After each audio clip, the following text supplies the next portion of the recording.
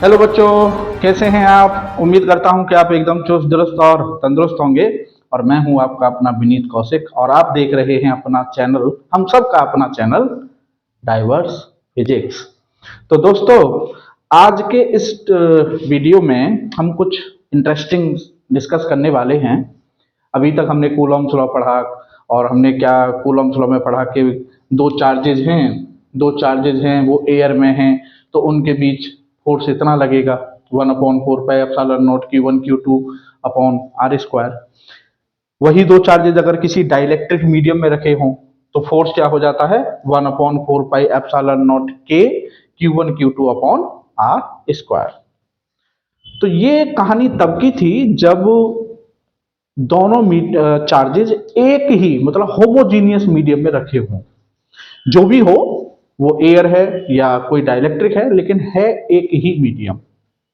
तो आज जो मैंने लास्ट वीडियो में भी आपको बोला था, तो आज हम जो डिस्कस कर रहे हैं वो प्रॉब्लम ये है कि दो चार्जेज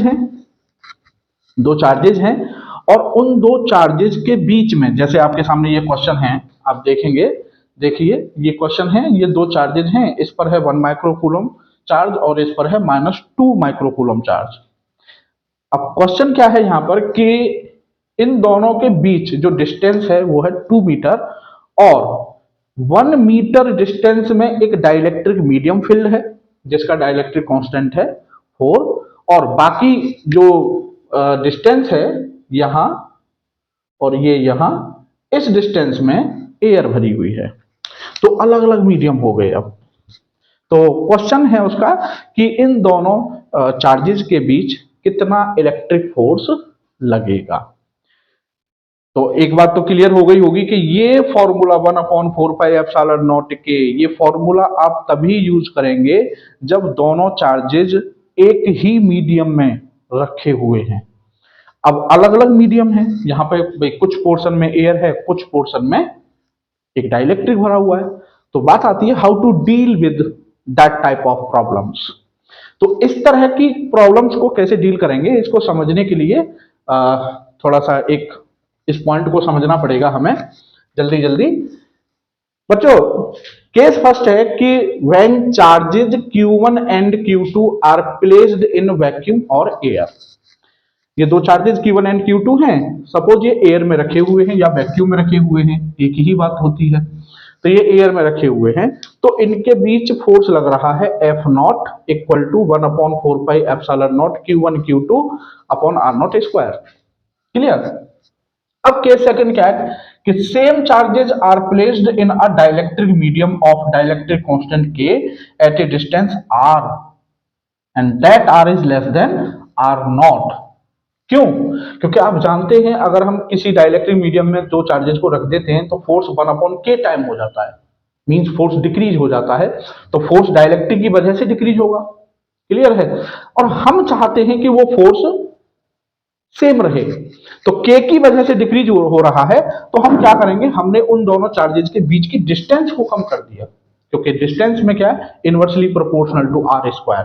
तो डिस्टेंस को कम कर देंगे तो फोर्स बढ़ जाएगा। तो जितना k की वजह से कम हुआ है, डिस्टेंस कम करके उतना हमने बढ़ा दिया, मतलब फोर्स जितना एयर में था उतना ही रहेगा। मीनिंग ये है, then the electric force F equal to 1/4 pi epsilon naught K Q1 Q2 upon R square. अब मैंने क्या कहा, ये यहां पर क्या है, ये Q1 Q2 और ये डाइलेक्ट्रिक मीडियम में रखे हुए हैं जिसका डाइलेक्ट्रिक कांस्टेंट है K और डिस्टेंस है R।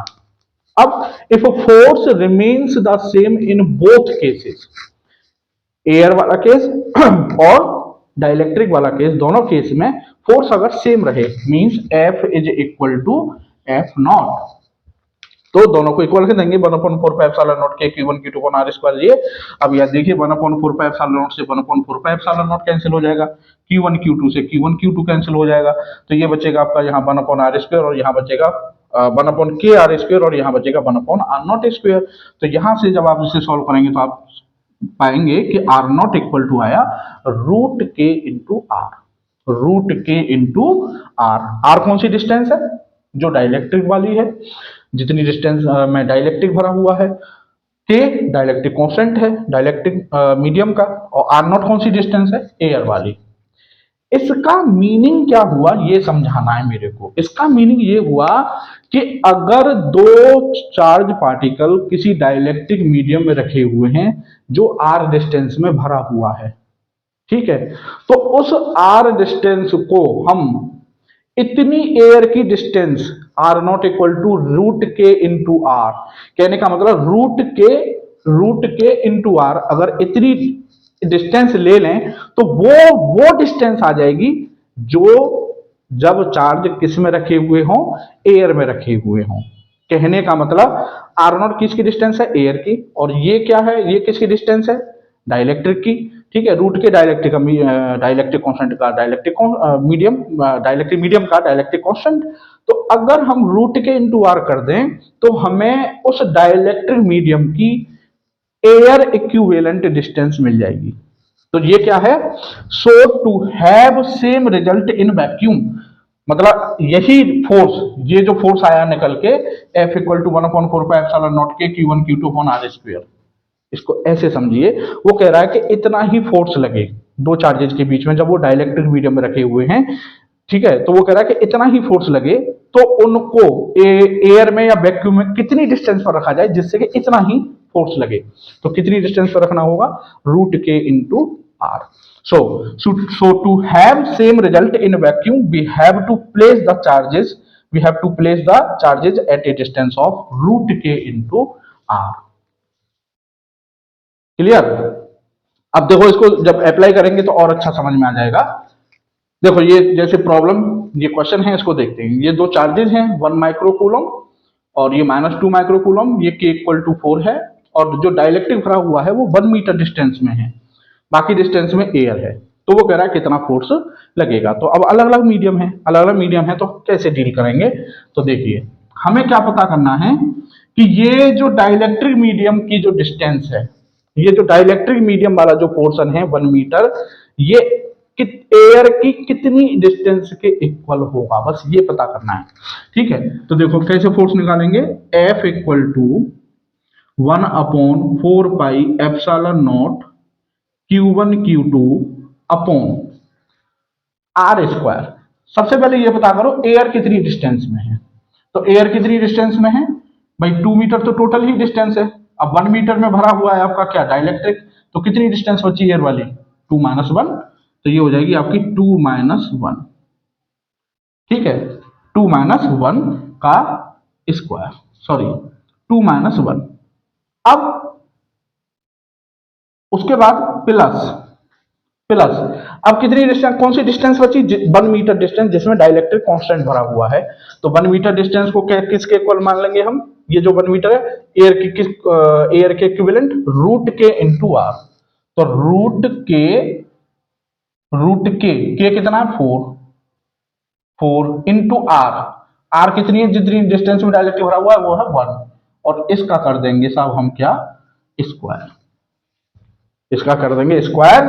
तो अब इसको जब हम सॉल्व करेंगे तो ये होगी साहब आपकी 9 इंटू 10⁻⁹, Q1 है 1 माइक्रोकूलम, तो 1 इंटू 10⁻⁻6 इंटू Q2 है आपका -2, तो 2 इंटू 10⁻⁻6, और अपॉन में आपका 2 - 1 प्लस √4 हो जाएगा 2 इंटू 1, और इसका क्या कर देना है, स्क्वायर। तो 2 + 1 का स्क्वायर क्या हो जाएगा, 3 का स्क्वायर 9, 9 से 9 कैंसिल हो जाएगा, 9 से 9 कैंसिल हो गया, तो ये बचा आपका 2 इंटू 10⁻³ न्यूटन, इतना फोर्स लगेगा साहब। बच्चा क्या करना है आपको कि अगर दो चार्जेज के बीच में अलग अलग मीडियम भरे हुए हैं तो आपको जो डाइलेक्ट्रिक है उसकी एयर इक्विवेलेंट डिस्टेंस पता करनी है, और किसी डाइलेक्ट्रिक के एयर इक्विवेलेंट डिस्टेंस क्या होती है, R0 equal to root K into R. तो जितने भी डाइलेक्ट्रिक भरे हों, अभी मैंने यहाँ एक लिया है, 2 हो सकते हैं, 3 हो सकते हैं, अभी एक क्वेश्चन मैं आपको और कराता हूं जिससे ये कॉन्सेप्ट बिल्कुल आपकी क्लियर हो जाए। तो मैं अगला क्वेश्चन लिखता हूं आपके सामने। तो बच्चों ये है आपके सामने नेक्स्ट क्वेश्चन, ये थोड़ा सा और मैंने लेवल बढ़ा दिया। अब यहाँ पर क्या है कि यहाँ पर 2 अलग अलग मीडियम है, एक डाइलेक्ट्रिक मीडियम है जिसका डाइलेक्ट्रिक कांस्टेंट है 4, दूसरा डाइलेक्ट्रिक मीडियम है उसका डाइलेक्ट्रिक कांस्टेंट है 16। के इक्वल टू 4 वाला मीडियम 1 मीटर डिस्टेंस में है और के इक्वल टू 16 वाला जो मीडियम है वो 2 मीटर डिस्टेंस में है, प्लस 2 माइक्रोकूलम चार्जेस है और ये आपका प्लस 3 माइक्रोकूलम चार्ज है। हमें वही फोर्स बताना है। तो अगेन आप फोर्स कैसे निकालें, यहाँ तो अलग अलग मीडियम है ना, तो कोई दिक्कत नहीं है। अगर इस तरह से अलग अलग मीडियम भरे हुए हैं तो आप क्या करेंगे कि जितने भी मीडियम है डाइलेक्ट्रिक उन सब की इक्विवेलेंट एयर डिस्टेंस पता कर लेंगे और वो आपको फॉर्मूला होता है आर नॉट। ये क्या है R naught? Air equivalent distance, और वो किसके इक्वल होती है? Root K into R. तो इसकी एयर इक्विवेलेंट, इसकी एयर इक्विवेलेंट, ठीक है। तो हम क्या करेंगे, F equal to 1/4 pi epsilon naught Q1 Q2 upon R square. तो अब आर स्क्वायर कैसे निकालेंगे? इसकी एयर इक्विवेलेंट डिस्टेंस, तो इसकी एयर इक्विवेलेंट डिस्टेंस क्या हो जाएगी? रूट के 1, इसका K1 ले लिया ये मैंने और ये मान लिया मैंने K2, तो रूट K1 और into R1 plus root K2 और इनटू R2।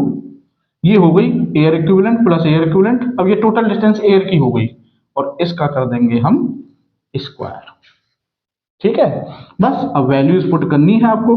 तो F इक्वल टू, इसकी वैल्यू रखेंगे 9 इंटू 10⁻9 इंटू Q1 Q2 हो जाएगा 2 इंटू 10⁻6 इंटू 3 इंटू 10⁻6 और अपॉन में रूट K1, तो K1 4 है आपका, तो 4 का रूट 2 इंटू कितनी डिस्टेंस भरा हुआ है ये 1, तो 1 प्लस K2 कितना है सब 16, 16 का रूट 4 कितनी डिस्टेंस में भरा हुआ है 2 में, तो R2 हो जाएगी आपकी 2 और इसका पूरे का स्क्वायर, ठीक है।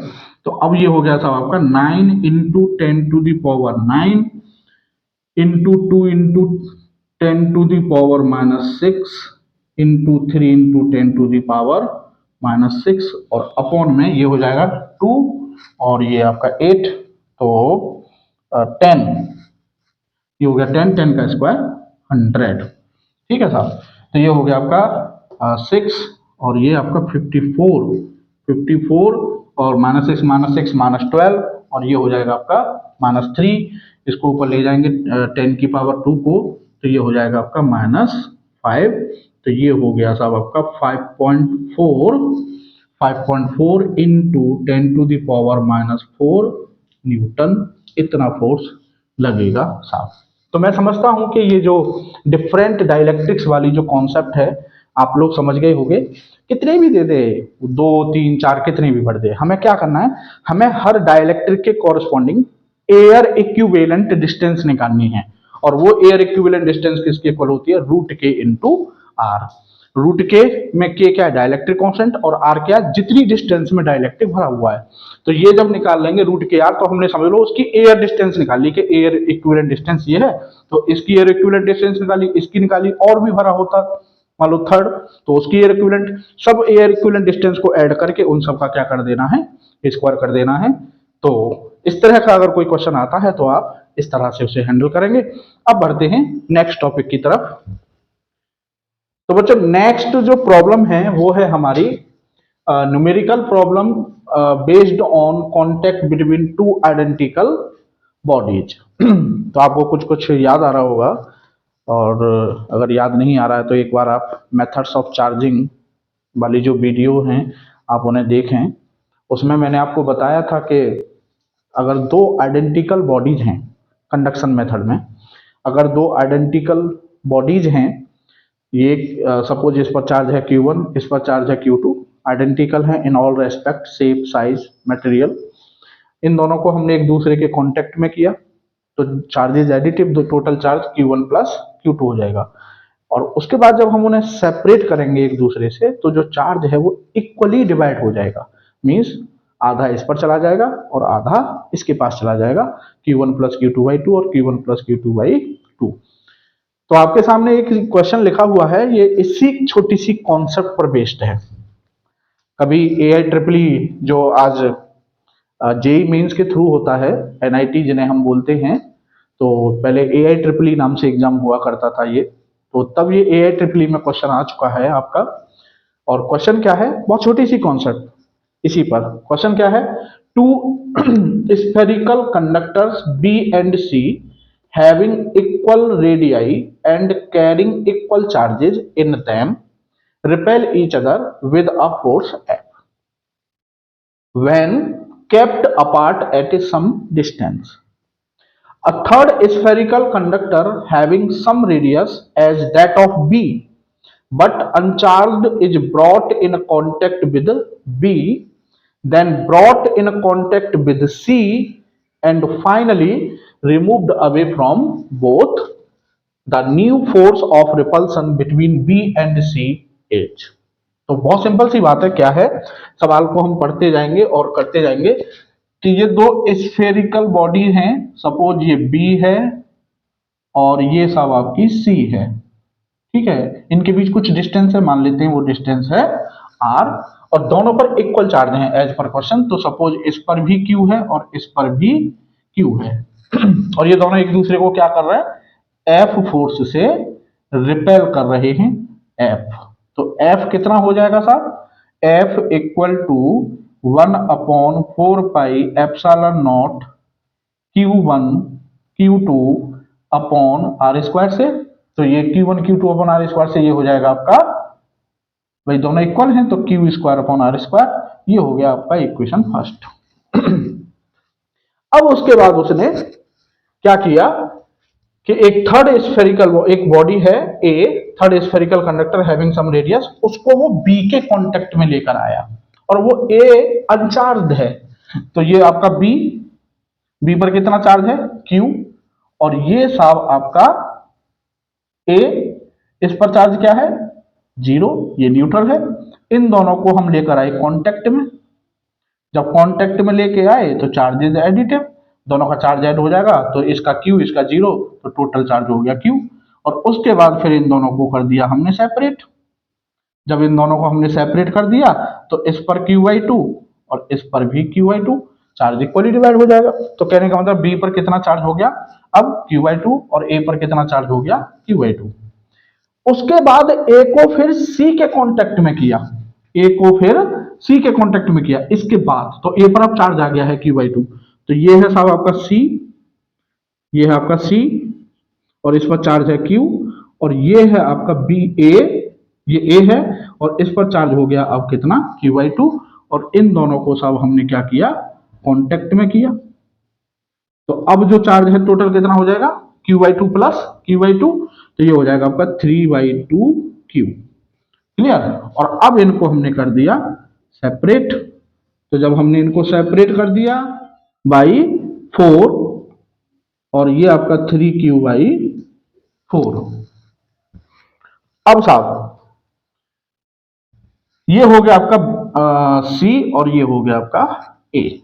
और उसके बाद कह रहा है कि A को हमने फिर इसको अलग हटा दिया, तो कह रहा है कि अब B और C के बीच जो फोर्स लगेगा वो कितना हो जाएगा। तो अब ये देखो B पर कितना चार्ज है, अब कांटेक्ट के बाद Q/2, और C पर कितना चार्ज है 3Q/4। तो अब इन दोनों को फिर रख दो यहाँ पर, तो ये हो गया B, ये हो गया C, ठीक है। B पर कितना चार्ज है साहब, Q/2, और C पर कितना चार्ज है 3Q/4, दोनों के बीच वही डिस्टेंस है R। तो अब जो फोर्स है वो हो जाएगा F dash equal to 1/4πε0 Q/2 into 3Q/4 और अपॉन में R स्क्वायर। तो इसको सॉल्व करेंगे तो ये हो जाएगा साहब आपका 1/4πε0 3Q² और अपॉन में 8R स्क्वायर। अब आप समझ गए होंगे, देखो यहां से 3/8 ये बाहर आ गया और ये हो गया आपका 1/4ε0 और Q² अपॉन R स्क्वायर। और ये फोर्स कब है, जब B और C, ये पहला वाला फोर्स है जब B और C पर Q चार्ज था।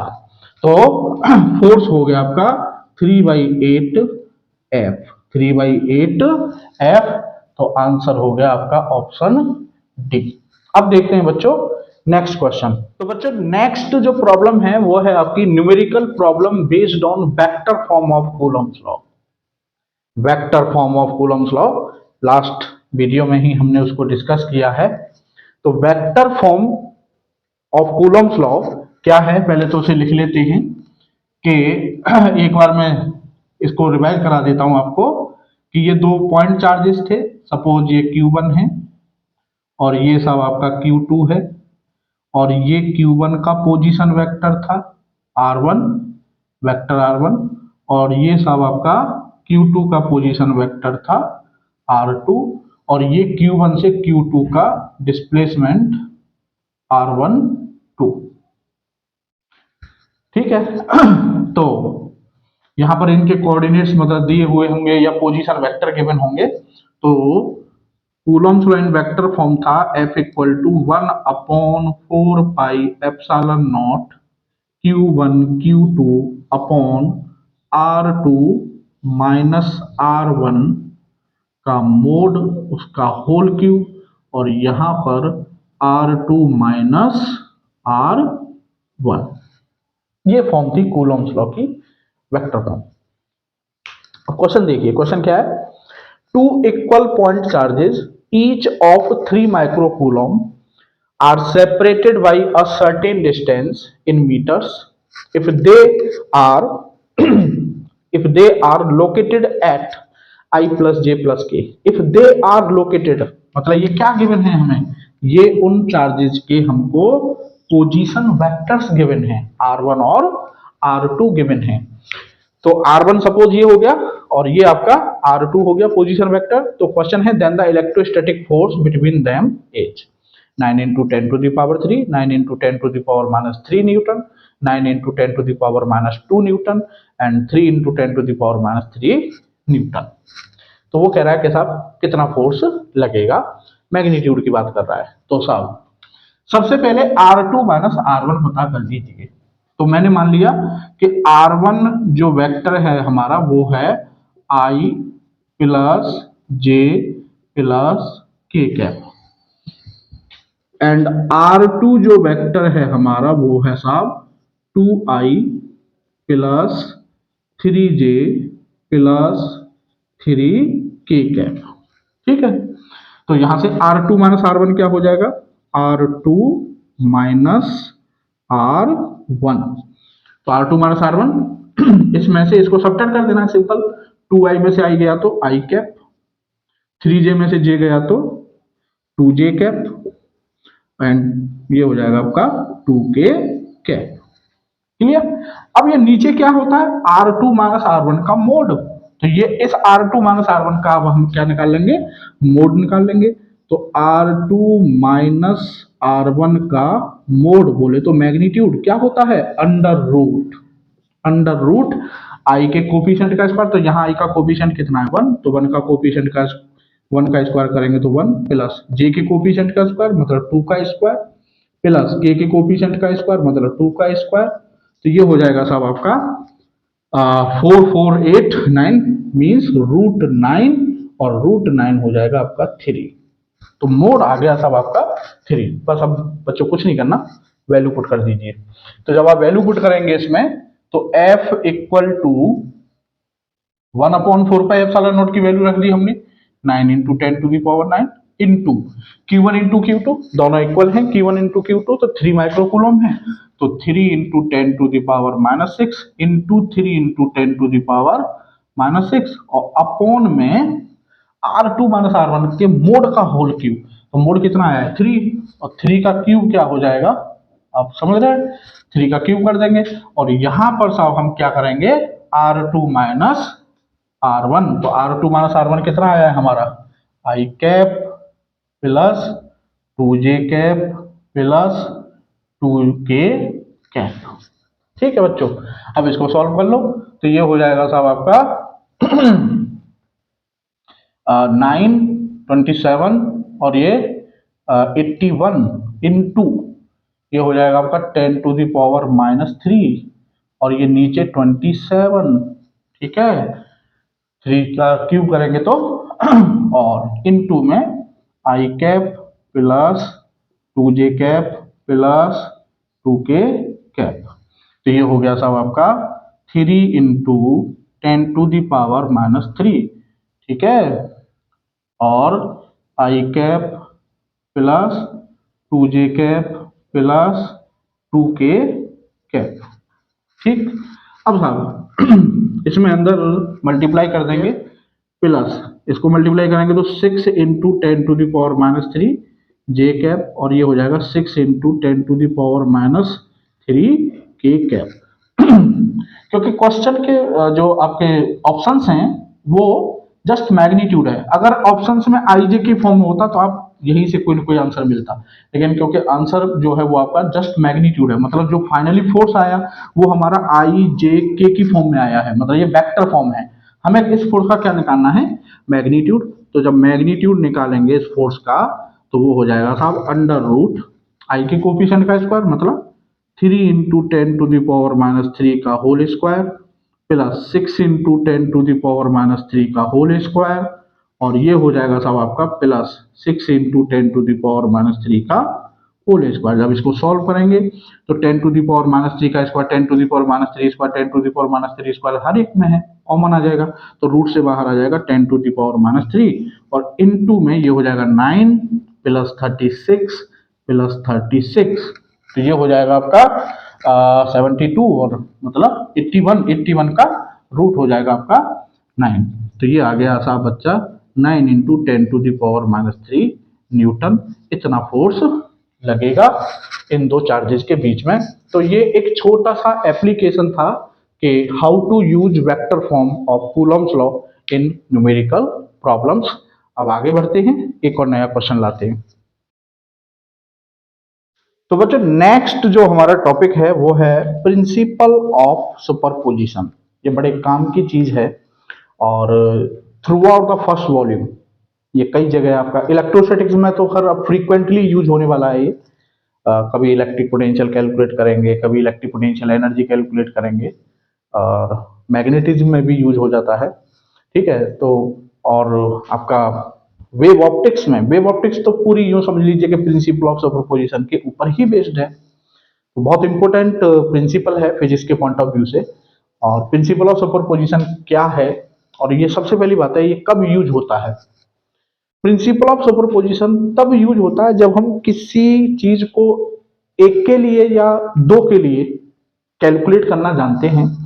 जैसे इलेक्ट्रिक फोर्स हम जानते हैं अभी तक कूलॉम्स लॉ से कि अगर दो चार्ज हमें गिवन हैं तो उनके बीच force 1/4πε0 Q1 Q2 upon r², इसे निकालते हैं।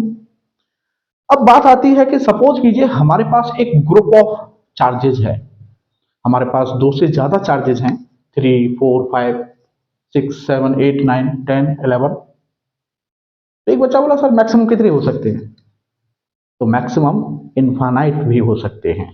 और आईआईटी में एक ऐसा क्वेश्चन आ भी गया है अब तक कि एक क्वेश्चन में इनफाइनाइट चार्जेस रखे हुए हैं एक्स एक्सिस पर, और उसने ओरिजिन पर जो चार्ज है उस पर फोर्स पूछा है कि बताइए अगर इनफाइनाइट चार्जेस इतनी इतनी डिस्टेंस पर रखे हों तो ओरिजिन वाले चार्ज पर नेट फोर्स कितना लगेगा।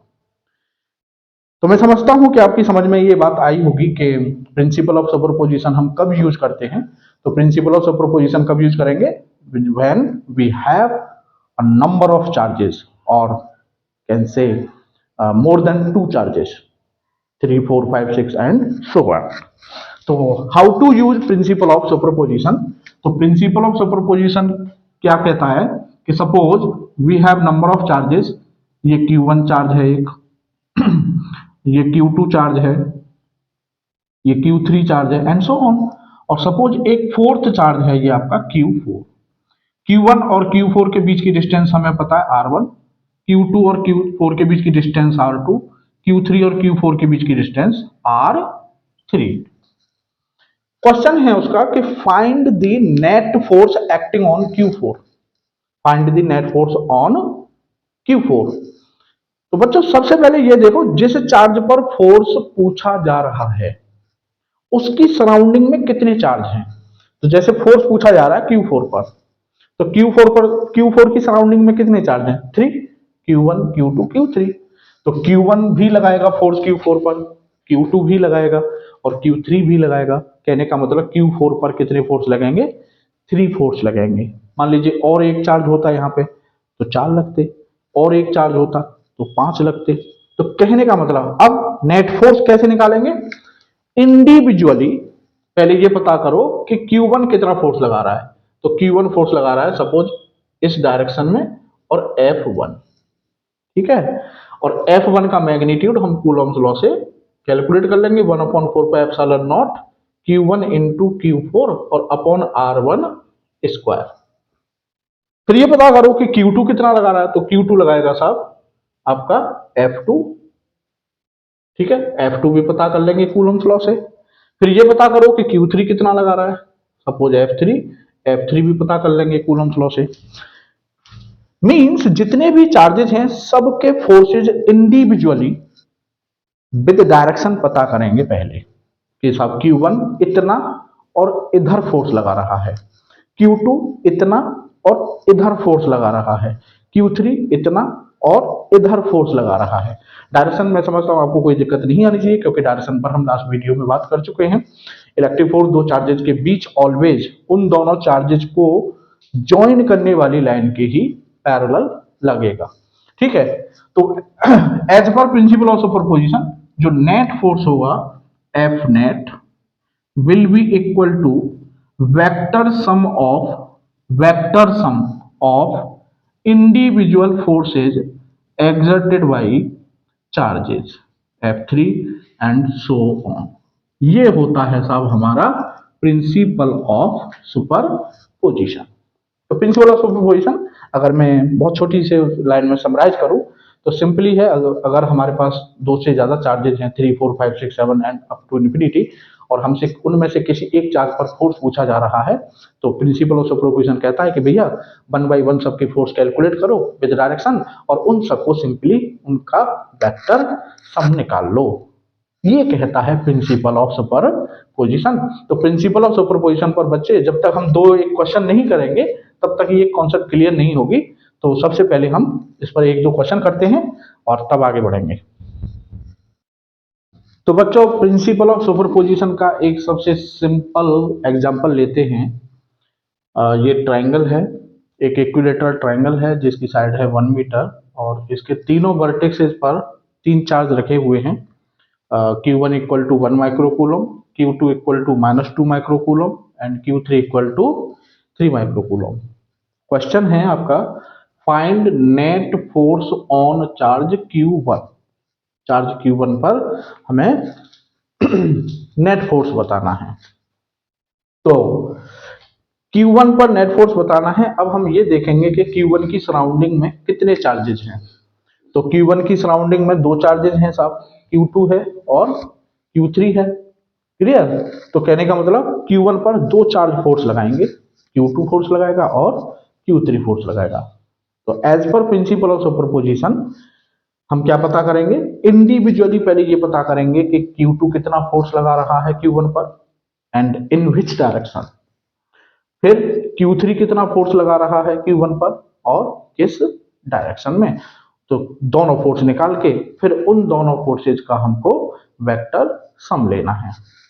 तो इस काम को करने को हम एक तरीके से भी कर सकते हैं, लेकिन अच्छा होता है कि अगर हमको किसी चीज को करने के मल्टीपल वेज पता हो कि भाई हम इस चीज को ऐसे भी कर सकते हैं, हम इस काम को ऐसे भी कर सकते हैं, हम इस काम को ऐसे भी कर सकते हैं। तो जब हमें किसी काम को करने के मल्टीपल वेज पता होते हैं तो अच्छा ही होता है। और मीन्स हम उस नॉलेज के पॉइंट ऑफ व्यू से अगर देखें तो हम उसको एक ब्रॉड नॉलेज भी कह सकते हैं। तो इस काम को हम पहले method first law of parallelogram से करते हैं। तो प्रिंसिपल ऑफ सुपरपोजिशन के अकॉर्डिंग साहब Q2 पर -2 चार्ज है और ये आपका प्लस पॉजिटिव है, तो माइनस पॉजिटिव को अट्रैक्ट करेगा parallel to the line joining two charges. तो ये फोर्स हो गया F1 जो -2 +1 पर लगा रहा है। तो F1 कितना हो जाएगा? F1 इक्वल टू हो जाएगा मैग्नीट्यूड की अगर हम बात करें तो 1/4 pi epsilon naught Q1 Q2 upon R square. तो 1/4 pi epsilon naught 9 into 10 to the power 9। Q1 Q2 हो जाएंगे आपका 2 और 1, 2 इंटू 10⁻⁻⁶ माइक्रोकूलम है तो माइक्रोकूलम को हमने कूलम में कन्वर्ट कर लिया, इंटू 1 इंटू 10⁻⁻⁶ एंड अपॉन में r स्क्वायर, तो दोनों के बीच की डिस्टेंस है 1 मीटर, तो 1 का स्क्वायर। ठीक है, तो ये हो जाएगा साहब आपका सॉल्व करके 18 इंटू 10⁻³ 18 इंटू 10⁻³ न्यूटन। ये हो गया साहब आपका F1 जो Q2 Q1 पर लगा रहा है।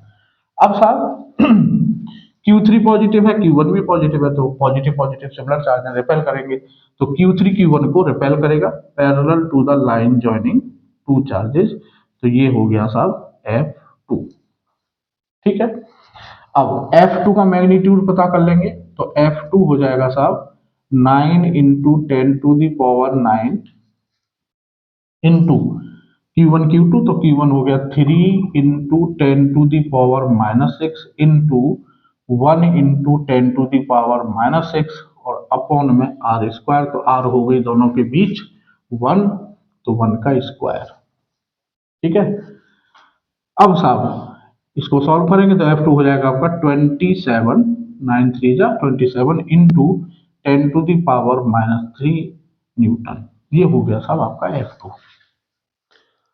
अब बच्चों लॉ ऑफ पैरेललोग्राम आप जानते हैं, 11th में आपने पढ़ा है कि अगर दो वेक्टर हैं, कोई सपोज ये वेक्टर है A और ये वेक्टर है साहब आपका B, और इन दोनों वेक्टर्स के बीच एंगल है थीटा।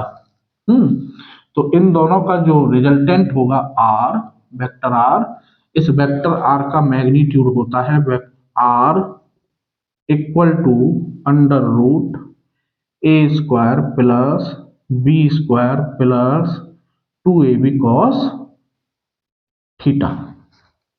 ठीक है, तो ये हमारे पास दो वेक्टर हैं भाई, एक F1 है और एक F2 है। हमें इन दोनों का रिजल्टेंट निकालना है लॉ ऑफ पैरेललोग्राम से, तो हमें इन दोनों के बीच पहला तो एंगल पता होना चाहिए। तो देखो ये पूरा ये एंगल है आपका 60 डिग्री, समझ गए होंगे भाई, इक्विलैटरल ट्रायंगल है, तो ये 60 ये 60 ये 60, और ये पूरा एंगल 180 होगा यहां से लेके यहां तक, तो 180 में से 60 निकाल दो, तो ये एंगल आ जाएगा हमारा 120 डिग्री। कहने का मतलब F1 और F2 के बीच जो एंगल आया वो आया हमारा 120 डिग्री। तो अब जो रिजल्टेंट फोर्स होगा F नेट वो हो जाएगा साहब √F1² plus F2² plus 2F1 F2 cos theta. ठीक है साहब, बस अब F1 F2 और थीटा की वैल्यूज पुट करनी है हमें। तो F1 है हमारा कितना 18, तो 18 इंटू 10⁻³ का होल स्क्वायर। F2 क्या हो जाएगा साहब 27 इंटू 10⁻³ का whole square plus 2F1 F2 तो F1 F2 तो 18 into 10⁻³ into 27 into 10⁻³ into cos 120। ठीक है साहब, cos 120 की वैल्यू -1/2 होती है। अच्छा एक चीज और देखिए, 10⁻³ का स्क्वायर 10⁻³ का स्क्वायर 10⁻³ का स्क्वायर कॉमन है, तो रूट से 10⁻³ बाहर आ जाएगा, तो ये बचा आपका यहाँ पर 18 का स्क्वायर प्लस 27 का स्क्वायर और प्लस ये यहाँ -1/2 हो जाएगा। cos 120 की वैल्यू cos 120 इक्वल टू -1/2, तो cos 120 की वैल्यू -1/2, तो यहाँ -1/2 करेंगे तो 2 से 2 कैंसिल हो जाएगा और ये हो जाएगा आपका -18 इंटू 27। क्लियर। अब बच्चों जब इसको हम सॉल्व करेंगे तो ये वैल्यू निकल के आएगी हमारी 2.38 इंटू 10⁻³ न्यूटन। आप इसको सॉल्व कर सकते हैं, इसको सॉल्व करके देखेंगे। ठीक है, हम इसलिए नहीं कर रहे कि इसमें काफी टाइम कंज्यूम हो जाएगा। ठीक है, तो मैंने डायरेक्ट इसका आंसर लिख दिया, ये काम आप करेंगे। क्लियर। तो ये तो थी इस क्वेश्चन को करने की मेथड फर्स्ट, जिसको मैं बोल रहा हूँ method first, law of parallelogram. अब इसी क्वेश्चन को हम क्या इसी क्वेश्चन को अब हम एक दूसरे तरीके से, और वो दूसरा तरीका कुछ और नहीं, हमारा Coulomb's law in vector form है। तो मैं आपको Coulomb's law in vector form पर इतना इंसिस्ट इसलिए कर रहा हूं क्योंकि जनरली हम क्या है, Coulomb's law in vector form को जस्ट उस इक्वेशन को पढ़ के छोड़ देते हैं, बस कि ये इक्वेशन होता है वेक्टर फॉर्म में, और हम उसके एप्लीकेशंस पर ध्यान नहीं देते कि ये कितने काम की चीज है हमारे लिए। तो सिंपल क्वेश्चन है, लेकिन हम फिर भी इसको, हमें ये पता होना चाहिए कि हम फिजिक्स में किस किस एंगल से, किस किस तरीके से सोच सकते हैं। कहता कहने का मतलब थिंक लाइक अ फिजिसिस्ट। तो आइए देखते हैं दूसरा मेथड। तो बच्चों मेथड 2 है आपकी Coulomb's law, Coulomb's law in vector form, Coulomb's law in vector form. Physics बड़े मजेदार सब्जेक्ट होता है। एक ही सवाल को हम कई कई तरीकों से कर रहे हैं साहब। अब देखो साहब, Coulomb's law in vector form क्या है साहब? ये साहब जिस चार्ज पर फोर्स पूछा जा रहा था, मतलब Q1 पर, वो हमने मान लिया ओरिजिन, और ओरिजिन के कोऑर्डिनेट्स हो गए 0,0,0। ठीक है। अब साहब हमें इस चार्ज के कोऑर्डिनेट्स पता करने हैं। तो देखो यहां से चले हम x पर कितना 1, तो x कोऑर्डिनेट हो गया यहां पर 1। ठीक है। y coordinate 0, z coordinate 0। Clear. अब साहब हमें इस पॉइंट के पता करने हैं कोऑर्डिनेट्स। तो इस पॉइंट तक के लिए देखिए, ये हो गया आपका परपेंडिकुलर बाइसेक्टर। तो कहने का मतलब यहां से यहां तक ये डिस्टेंस हो गई आपकी 1/2 मीटर। तो कहने का मतलब जो Q3 चार्ज है उसका x कोऑर्डिनेट हो गया 1/2, 1/2 मीटर। और y कोऑर्डिनेट अब यहां से चलेंगे इधर, तो ये हमें पता होना चाहिए कि ये कितना है। तो ये कैसे पता करेंगे? पाइथागोरस थ्योरम से। और ये 1 है, ये 1/2 है, तो ये कितना आ जाएगा? √3/2, √3/2। आप देख सकते हैं निकाल के पाइथागोरस थ्योरम से। √1 का स्क्वायर 1, माइनस 1/2 का स्क्वायर मतलब 1/4, तो 3/4 रूट में, तो √3/2। तो इसका y कोऑर्डिनेट हो गया साहब √3/2 और z कोऑर्डिनेट 0। ठीक है। हमारे पास 3 चार्ज हैं, तीनों के हमें कोऑर्डिनेट्स पता हैं। अब हमें यह पता करनी है कि इस वाले चार्ज पर नेट फोर्स कितना है।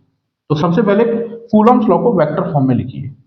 तो Coulomb's law in vector form हम जानते हैं, F इक्वल टू हो जाएगा साहब 1/4πε0 Q1 Q2 upon R2 minus R1 का मोड और उसका क्यूब, और R2 minus R1।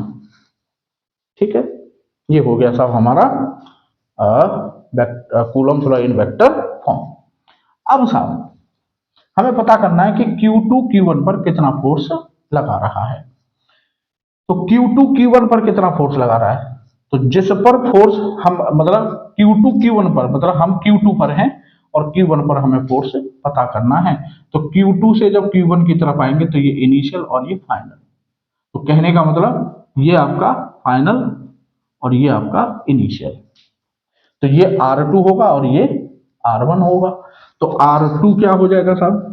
R2 equal to हो जाएगा आपका 0I plus 0J plus 0K। और R1 क्या हो जाएगा बच्चों? R1 हो जाएगा, भाई x कोऑर्डिनेट 1 है तो I cap plus y coordinate 0 है तो 0J प्लस 0K। ठीक है सर।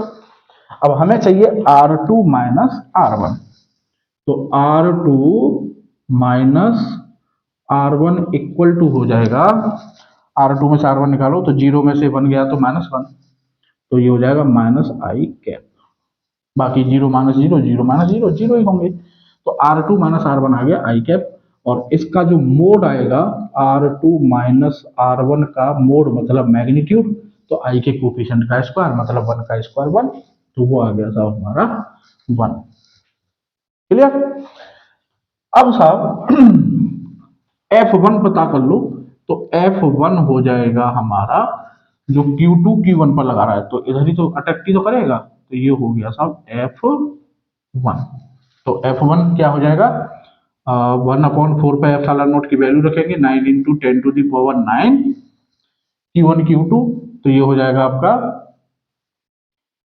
1 into 10⁻⁻6 into 2 into 10⁻⁻6। और R2 माइनस R1 कितना आया है हमारा, माइनस आई कैप, तो माइनस आई कैप और अपॉन में R2 माइनस R1 का जो मोड है उसका क्यूब। R2 माइनस R1 का मोड कितना है, मैग्नीट्यूड 1 है, तो 1 का क्यूब। ठीक है साहब। अब साहब इसको सॉल्व कर लेंगे, तो F1 हो गया साहब हमारा 18 इंटू 10⁻⁻3 और ये माइनस ये वाला और आई कैप न्यूटन, इतना फोर्स होगा F1। ठीक। सिमिलरली अब हमें ये पता करना है कि Q3 Q1 पर कितना फोर्स लगा रहा है, तो अब हम Q3 पर हैं, तो Q3 इनिशियल और ये फाइनल। तो for Q3 for Q3 charge जो आपका R2 है वो तो वही है 0I plus 0J plus 0K, और R1 वेक्टर जो है वो हो जाएगा आपका 1/2 आई कैप प्लस √3/2 जे कैप और माइनस 0K कैप। क्लियर। अब साहब हमें चाहिए R2 माइनस R1, तो R2 माइनस R1 क्या हो जाएगा, माइनस 1/2 आई कैप प्लस माइनस √3/2 जे कैप और ये 0 माइनस 0 0। अब इसका मोड पता कर लेंगे, तो R2 माइनस R1 का जो मोड होगा मैग्नीट्यूड होगा वो हो जाएगा अंडर रूट आई के कोफिशिएंट का स्क्वायर, तो आई का कोफिशिएंट -1/2 का स्क्वायर करेंगे तो 1/4 प्लस √3/2 का स्क्वायर, तो ये हो जाएगा 3/4। क्लियर। तो ये आ जाएगा आपका अगेन 1। सही है। बस अब क्या निकाल लेंगे, F2, तो F2 हो जाएगा साहब, फॉर्मूले में रख दो डायरेक्ट, तो 9 into 10⁹9 into Q1 into Q2 हो जाएगा 3 इंटू 10⁻⁻6 इंटू 1 इंटू 10⁻⁻6 और इंटू R2 माइनस R1 है आपका -1/2 आई कैप और माइनस √3/2 जे कैप। आपको ऐसा लग रहा होगा कि लेंदी प्रोसीजर जा रहा है पहले वाले से, बेशक लेंदी हो, लेकिन हमें ये जरूर पता चल रहा है कि भाई इस क्वेश्चन को हम ऐसे नहीं ऐसे भी कर सकते हैं। और यकीन मानिए मैं अभी आपके सामने एक ऐसा क्वेश्चन लेकर आऊंगा कि आप खुद कहेंगे कि यार वेक्टर फॉर्म बड़ी कमाल की चीज है। ये रिलेटिव प्रॉब्लम है, मतलब हो सकता है कि कहीं कोई क्वेश्चन लॉ पैरेललोग्राम से इजीली सॉल्व हो जाए, और कई बार ऐसा भी होगा तो बच्चों कि आप लॉ पैरेललोग्राम या कोई और मेथड से उस क्वेश्चन को कर ही नहीं पाओगे। पता चला कि सुबह 2-2.5 घंटे उसी कैलकुलेशन में निकाल दिए एक सवाल के में, और आप Coulomb's law in vector form से इस क्वेश्चन को आसानी से निकाल दोगे।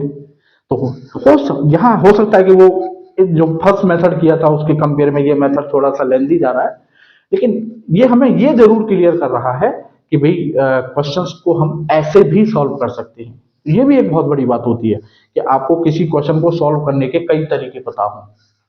तो ये हो जाएगा साहब आपका 27 इंटू 10⁻³ और -1/2 आई कैप माइनस √3/2 जे कैप। ठीक है साहब। अब साहब इसको जब हम फर्दर मल्टीप्लाई कर देंगे तो ये हो जाएगा हमारा 27/2 इंटू √10⁻³ आई कैप और ये माइनस में, और ये हो जाएगा माइनस में 27√3/2 × 10⁻³ जे कैप। ठीक है, अब F1 F2 आ गई। अब देखो वेक्टर फॉर्म में लिखने का एक फायदा क्या है, जब हम पैरेललोग्राम से करते हैं तो पहले F1 निकालते हैं, फिर F2 निकालते हैं, फिर उन दोनों के बीच का हमें एंगल पता होना चाहिए, फिर एंगल पता होने के बाद फिर लॉग पैरेललोग्राम लगाते हैं, है ना। स्टेप्स उसमें भी कम नहीं है। उसके बाद फिर यहाँ पर क्या है, जस्ट आपको F1 F2 F3 निकालने हैं और आने के बाद सीधे सीधे उनको ऐड कर देना है। मतलब जैसे ये हमारा F1 आ गया था और ये हमारा F2 आ गया सब निकल के। अब कुछ नहीं सोचना, इनको सीधे सीधे ऐड कर देना है हमें। आईजीके की फॉर्म में आ चुके हैं, तो जो एफ नेट होगा हमारा, F net is equal to simple F1 plus F2। तो F1 कितना है साहब, -18 I कैप -18 × 10⁻³ और प्लस F2 है हमारा -27/2 × 10⁻³ और -27√3/2 × 10⁻³ जे कैप। ठीक है, अब सब ये हो जाएगा आपका 36 7 43 और 20 73। तो ये हो जाएगा आपका -73/2 × 10⁻³ और ये हो गया साहब -27√3/2 × 10⁻³ जे कैप। ये आ गया। अब इसका अगर मैग्नीट्यूड निकालना है, जो एफ नेट आया है उसका मैग्नीट्यूड निकालना है, तो सिंपल अंडर रूट आई के कोफिशिएंट का स्क्वायर, तो -73/2 × 10⁻³ का होल स्क्वायर एंड जे के कोफिशिएंट का स्क्वायर, तो 27√3/2 × 10⁻³ का होल स्क्वायर। जब आप इसको सॉल्व करोगे तो ये आएगा 2.38 × 10⁻³ न्यूटन। ये सब दूसरा मेथड हो गया। अब अगला क्वेश्चन देखते हैं, थोड़ा सा लेवल बढ़ाएंगे। तो बच्चों दूसरा नेक्स्ट क्वेश्चन है आपका, ये एक स्क्वायर है ABCD और इस स्क्वायर के वर्टेक्सेस पर 4 चार्जेस रखे हुए हैं इक्वल इक्वल मैग्नीट्यूड के, Q Q Q Q, और स्क्वायर की साइड A है। क्वेश्चन है क्वेश्चन है find net force on charge B। जो B वर्टेक्स पर जो चार्ज है उस पर हमको नेट फोर्स बताना है। तो B की सराउंडिंग में ये देखेंगे हम कि B की सराउंडिंग में कितने चार्जेस हैं। तो B की सराउंडिंग में 3 चार्जेस हैं, A, C और D। तो कहने का मतलब B पर जो चार्ज है उस पर कितने फोर्स लगेंगे, 3 फोर्स लगेंगे भाई। A वाला चार्ज लगाएगा, D वाला चार्ज लगाएगा और C वाला चार्ज लगाएगा। तो as per principle of superposition इन तीनों फोर्सेज को इंडिविजुअली कैलकुलेट करेंगे विद डायरेक्शन और फिर उन सब का हमको क्या चाहिए, वेक्टर सम। तो पहले मेथड यूज करते हैं हम, लॉ ऑफ पैरेललोग्राम। तो पहले साहब हमने ये पता किया कि A B पर फोर्स लगाएगा, किधर लगाएगा भाई, ये भी प्लस है ये भी प्लस है, सिमिलर चार्ज है तो रिपेल करेंगे। तो ये हो गया साहब हमारा F सपोज A। ठीक है, अब एफ ए का मैग्नीट्यूड हो जाएगा 1/4πε0, 1/4πε0 Q1 Q2, तो Q1 Q2 दोनों इक्वल है तो Q square upon R square, तो दोनों के बीच आर, ये डिस्टेंस साइड कितनी है A, तो A स्क्वायर। ये हो गया साहब एफ ए का मैग्नीट्यूड। अब साहब C कितना फोर्स लगाएगा ये पता करेंगे। तो ये भी प्लस है ये भी प्लस है, तो C Q को क्या करना है, रिपेल करेगा। तो ये हो गया साहब आपका एफ सी। ठीक है, अब एफ सी का मैग्नीट्यूड पता कर लेंगे, तो एफ सी इक्वल टू हो जाएगा 1/4πε0 Q square upon A square.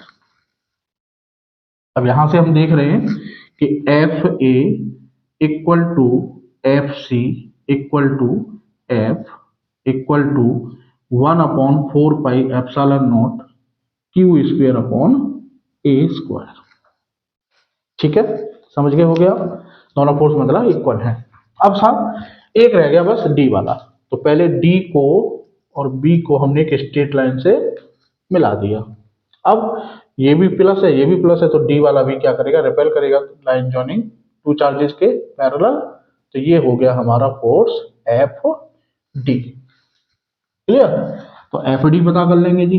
तो एफ डी हो जाएगा आपका, अच्छा ये डिस्टेंस कितनी होगी, डायगोनल है स्क्वायर का, तो स्क्वायर का डायगोनल का फॉर्मूला है साइड रूट टू, तो साइड है ए, तो ए रूट टू, तो ये लेंथ हो गई हमारी ए रूट टू।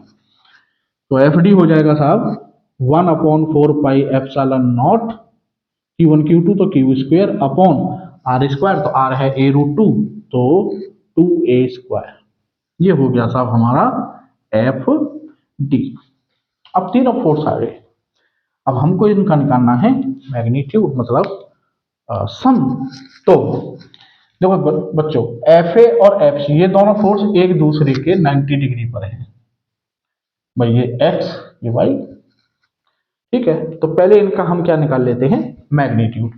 तो एफ ए और एफ सी का मैग्नीट्यूड लॉ ऑफ पैरेललोग्राम से हो जाएगा। Suppose F dash equal to under root F A square plus F C square plus 2 A B cos theta होता है, थीटा 90 है तो कॉस 90 की वैल्यू 0, तो आगे का टर्म 0 हो जाएगा। अब एफ ए और एफ सी इक्वल है, एफ ए और एफ सी इक्वल है, तो एफ ए की जगह एफ सी की भी जगह एफ, तो F square plus F square, तो 2f स्क्वायर, तो ये आ जाएगा रूट टू इंटू एफ, और रूट टू एफ कितना है 1/4 pi epsilon naught Q square upon A square. ये आ गया साहब एफ सी और एफ ए का रिजल्टेंट, जिसको मैंने ले लिया है एफ डैश। ठीक है, अब बच्चों एक आपको कॉन्सेप्ट पता होनी चाहिए कि अगर दो वेक्टर हैं ए और बी, ये वेक्टर है ए, ये वेक्टर है बी, और इन दोनों के बीच एंगल है theta suppose, and if A equal to B means अगर दोनों वेक्टर ये इक्वल मैग्नीट्यूड्स के हैं, तो कॉन्सेप्ट होती है कि जो इनका रिजल्टेंट होगा वो इन दोनों के बीच जो एंगल है उसको बाइसेक्ट करते हुए जाएगा। मींस ये एंगल थीटा था, तो जो रिजल्टेंट है वो दोनों से बराबर बराबर एंगल बनाएगा, थीटा बाई 2, और ये भी थीटा बाई 2। ऐसा तभी होगा जब वेक्टर ए और वेक्टर बी मींस जो दो वेक्टर हैं वो दोनों इक्वल मैग्नीट्यूड के हों। तो कहने का मतलब ये है, यहां पर सब ये दो वेक्टर हैं एफ ए और एफ सी, दोनों के मैग्नीट्यूड इक्वल थे, तो इनका जो रिजल्टेंट है एफ डैश वो इक्वल इक्वल एंगल बनाते जाएगा। तो एंगल था 90 डिग्री, तो 45 इससे 45 इससे, तो ये जो वेक्टर है जो सम है एफ डैश वो ये आएगा। कहने का मतलब एफ डैश एफ डी के पैरेलल आएगा, एफ डैश एफ डी के पैरेलल आएगा। तो जो एफ नेट होगा अब एफ नेट हो जाएगा F dash plus F D, क्योंकि एफ डैश और एफ डी दोनों पैरेलल हैं, और दो वेक्टर अगर पैरेलल हों तो उनका सीधे सीधे हम क्या कर देंगे, एडिशन। तो F dash plus F D, तो एफ डैश आया हमारा कितना 1/4 pi epsilon naught root 2 Q square upon A square, और प्लस एफ डी था हमारा ये, तो 1/4 pi epsilon naught Q square upon 2a square. ठीक है साहब, अब साहब Q square upon 4 pi epsilon naught A square common ले लेंगे, तो ये यहां बचेगा रूट 2, और ये बचेगा साहब आपका 1/2। तो इसको फर्दर सॉल्व करोगे तो Q square upon 4 pi epsilon naught A square, और ये हो जाएगा 2√2 plus 1/2। This is the final answer. ठीक है बच्चों, अब देखते हैं दूसरा मेथड। तो बच्चों दूसरी मेथड है हमारी कंपोनेंट मेथड। इस मेथड से जो हमने लास्ट ट्राइंगल वाला जो क्वेश्चन किया था उसके लिए ये थर्ड मेथड भी हो जाती। तो कहने का मतलब हमारे पास तीन तीन मेथड हैं, पैरेललोग्राम मेथड है और vector form of Coulomb's law है, कंपोनेंट मेथड है। अच्छा, एक चीज और आपको क्लियर कर देता हूं कि आपके दिमाग में आ रहा होगा कि सर कौन सी मेथड कब ज्यादा सूटेबल है। तो सिंपल सी बात है, पैरेललोग्राम मेथड सबसे ज्यादा सूटेबल है अगर किसी क्वेश्चन में आपके लिए दो वेक्टर हैं केवल। मींस ऐसी सिचुएशन है जैसे ट्रायंगल में दो फोर्स थे वहां पर, तो अगर कहीं पे दो फोर्स दो वेलोसिटी, मींस कहीं भी किसी सिचुएशन में केवल दो वेक्टर हैं जिनका हमें वेक्टर सम निकालना है, तो आप प्रेफर कीजिए लॉ ऑफ पैरेललोग्राम को। अगर किसी सिचुएशन में दो से ज्यादा वेक्टर हैं, 3 4 5, तो फिर उस सिचुएशन में लॉ ऑफ पैरेललोग्राम से करना अच्छा नहीं रहेगा। और उस केस में ये जो मेथड है कंपोनेंट मेथड, ये जनरल मेथड है। जनरल मेथड से मतलब जिस क्वेश्चन को आप पैरेललोग्राम मेथड से कर सकते हो उसको इससे भी कर सकते हो, है ना। लेकिन ऐसा क्वेश्चन जिसे आप इसी से कर सकते हो उसको लॉ ऑफ पैरेललोग्राम से इजीली नहीं कर सकते। तो कंपोनेंट मेथड क्या है इसको समझते हैं। जिस चार्ज पर फोर्स पूछा जा रहा है उसको ओरिजिन मान लीजिए। तो चार्ज पूछा जा रहा था बी वाले चार्ज पर, सॉरी, फोर्स पूछा जा रहा था बी वाले चार्ज पर, तो हमने बी पॉइंट को ओरिजिन मान लिया, तो ये ओरिजिन हो गया। एंड देन ओरिजिन से हमने एक्स और वाई एक्सिस ड्रॉ कर दिए साथ, ठीक है। उसके बाद ये पहला स्टेप है। अगर आप हमारे टेलीग्राम ग्रुप से लिंक हैं तो आपको नोट्स मिलते रहेंगे। ये चीज जो मैं आपको बोल रहा हूँ स्टेप्स, ये बाकायदा नोट्स में आपका रिटन में आपको स्टेप्स लिखे हुए हैं कि स्टेप फर्स्ट स्टेप सेकेंड इस तरह से। तो आप हमारे टेलीग्राम ग्रुप को भी ज्वाइन कर सकते हैं, उसकी लिंक वीडियो में आपको नीचे डिस्क्रिप्शन में दी हुई होती है। तो पहला स्टेप, जिस चार्ज पर फोर्स पूछा जा रहा है उसको हमने ओरिजिन मान लिया। अब उसके बाद वन बाय वन जितने भी चार्ज हैं सबके फोर्सेज को विद डायरेक्शन दिखा दीजिए। जैसे ए जो फोर्स लगाएगा, रिपल्सन लगाएगा, तो ये फोर्स हो गया साहब आपका एफ ए, ठीक है। सी जो फोर्स लगाएगा, रिपल्सन लगाएगा, ये फोर्स हो गया साहब आपका एफ सी। और जो डी लगाएगा, डी और बी को हमने पहले ज्वाइन कर लिया, अब जो डी लगाएगा वो भी रिपल्सन, और ये हो जाएगा सब हमारा एफ डी, ठीक है। बस अब उसके बाद आपको क्या करना है, जैसे यहां तीन है, चार भी हो सकते थे फोर्स, आपको वो फोर्स देखने हैं जो फोर्स प्लेन में लाई कर रहे हैं। प्लेन से मतलब ना तो वो एक्स पर है ना वो वाई पर है, एक्स और वाई के बीच में कहीं लाई कर रहा है। तो जैसे एफ ए है वो एक्स एक्सिस पर लाई कर रहा है, एफ सी वाई एक्सिस पर लाई कर रहा है, लेकिन जो एफ डी है वो एक्स और वाई के बीच में लाई कर रहा है, बोले तो प्लेन में लाई कर रहा है। तो ये फोर्स पकड़ना है जो प्लेन में लाई कर रहा है। अब साहब ये हो गया हमारा फोर्स इन प्लेन। अब अगर आप देखें तो ये 90 एंगल होता है, तो ये 45, ये 45, तो ये एंगल हमारा 45 डिग्री होगा। अब एफ डी के आप कंपोनेंट करिए, कंपोनेंट मेथड। तो एफ डी के जब हम कंपोनेंट करेंगे तो आप कंपोनेंट 11 से जानते हैं, जिस एक्सिस के साथ, जिस लाइन के साथ वेक्टर एंगल बनाता है उस लाइन पर कॉस वाला कंपोनेंट आएगा, तो ये हो जाएगा एफ डी कॉस 45, ठीक है। और ये हो जाएगा साहब एफ डी साइन 45। बस इतना काम करना था, कंपोनेंट हो गए साहब। अब कंपोनेंट करने के बाद आपको पता करना है सिग्मा एफ एक्स। कहने का मतलब एक्स एक्सिस पर जितने भी फोर्सेस लगे हुए हैं उन सब का सम, ठीक है, विद साइन। मींस जो प्लस की तरफ फोर्स है वो प्लस लेने हैं, माइनस एक्स एक्सिस की तरफ जो है वो माइनस लेने हैं। तो यहाँ पर एफ ए और एफ डी कॉस 45 दोनों प्लस एक्सिस की तरफ है तो दोनों प्लस होंगे, तो F A plus F D cos 45, ठीक है साहब। अब साहब एफ ए कितना था, एफ ए कितना था, एफ ए हो जाएगा 1/4 pi epsilon naught Q square upon A square, ठीक है जी। और एफ डी हो जाएगा साहब आपका 1/4 pi epsilon naught Q square, और ये हो जाएगी आपकी a√2, तो 2a²।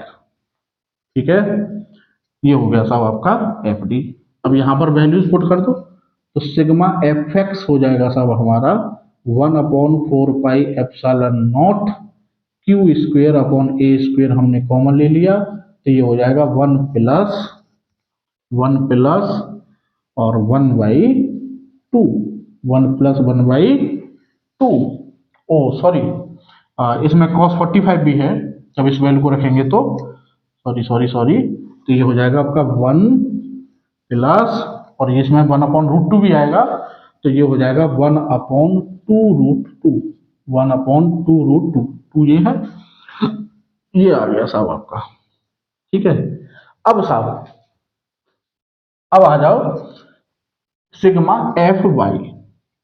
सिग्मा एफ वाई हो जाएगा, वाई के अलावा जितने भी फोर्सेज हैं उन सबका वेक्टर सम, तो एफ सी प्लस, और ये हो जाएगा आपका एफ डी साइन 45। ठीक है, तो एफ ए और एफ सी दोनों बराबर हैं। ठीक है, और एफ डी साइन 45 की वैल्यू 1/√2 होती है, तो आप जब वैल्यू रखोगे तो यही वैल्यू आएगी निकल के। तो sigma F Y equal to भी क्या आएगा, 1/4 pi epsilon naught Q square upon A square, और ब्रैकेट में 1 प्लस 1/2√2। ठीक है, अब साहब अब सिग्मा एफ बाई और सिग्मा एफ एक्स दो आ गए। कहने का मतलब हमने मैनी फोर्सेस प्रॉब्लम को टू फोर्स प्रॉब्लम में कन्वर्ट कर लिया।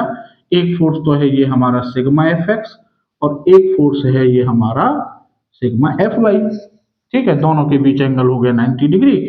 इन दोनों का अब हमें रिजल्टेंट निकालना है, तो दो वेक्टर का रिजल्टेंट हम सिंपली किससे निकाल सकते हैं, लॉग पैरेललोग्राम से। तो एफ नेट हो जाएगा साहब, एफ नेट हो जाएगा under root sigma F X का whole square plus sigma F Y का होल स्क्वायर। जब इसको आप सॉल्व करेंगे तो ये हो गया साहब आपका, भाई ये भी इक्वल है, ये भी इक्वल है, सिग्मा एफ एक्स और सिग्मा एफ वाई दोनों इक्वल हैं। मान लो एफ के इक्वल है, सपोज ये इक्वल एफ और ये इक्वल एफ, तो एफ स्क्वायर 2f², तो ये हो जाएगा √2 इंटू एफ, और एफ की वैल्यू क्या है, √2 into 1/4 pi epsilon naught Q square upon A square, और 1 प्लस 1/2√2, √2 से अंदर मल्टीप्लाई कर देंगे, तो Q square upon 4 pi epsilon naught ए स्क्वेयर, √2 से अंदर मल्टीप्लाई कर दिया तो √2 प्लस 1/2। ठीक है, तो ये हो गया आपका Q square upon 4 pi epsilon naught ए स्क्वेयर 2√2 प्लस 1/2। ये हो गया सब हमारा फाइनल आंसर। तो बच्चों ये जो है आपका, ये मैंने आपको ये दिखाने की कोशिश की है, ये वेस्ट ऑफ टाइम मत समझना आप, कि हम किसी भी फिजिक्स में किसी भी प्रॉब्लम से अलग अलग एंगल से सोच सकते हैं कि भाई इसको हम ऐसे ना करके ऐसे भी करें, करके देखते हैं, ऐसे ना करके ऐसे भी देखते हैं। अब मैं एक नेक्स्ट वीडियो में थोड़ा सा और एक्सटेंड करूंगा, ज़्यादा बड़ी वीडियो नहीं बनाऊंगा उसमें, और इस प्रॉब्लम को, प्रिंसिपल ऑफ सुपरपोजिशन की प्रॉब्लम को इनफाइनाइट चार्जेस वाले केस तक ले जाऊंगा। उसमें 3, 4, 5 क्वेश्चंस और कराऊंगा मैं आपको, और उसके बाद ये कूलम्स लॉ की कॉन्सेप्ट खत्म है, और उसके बाद फिर हम आएंगे इलेक्ट्रिक फील्ड की कॉन्सेप्ट पर। और तब तक के लिए आप पढ़ते रहिए फिजिक्स को और सीखते रहिए। ठीक, मिलते हैं अगली वीडियो में, तब तक आपके लिए जय हिंद।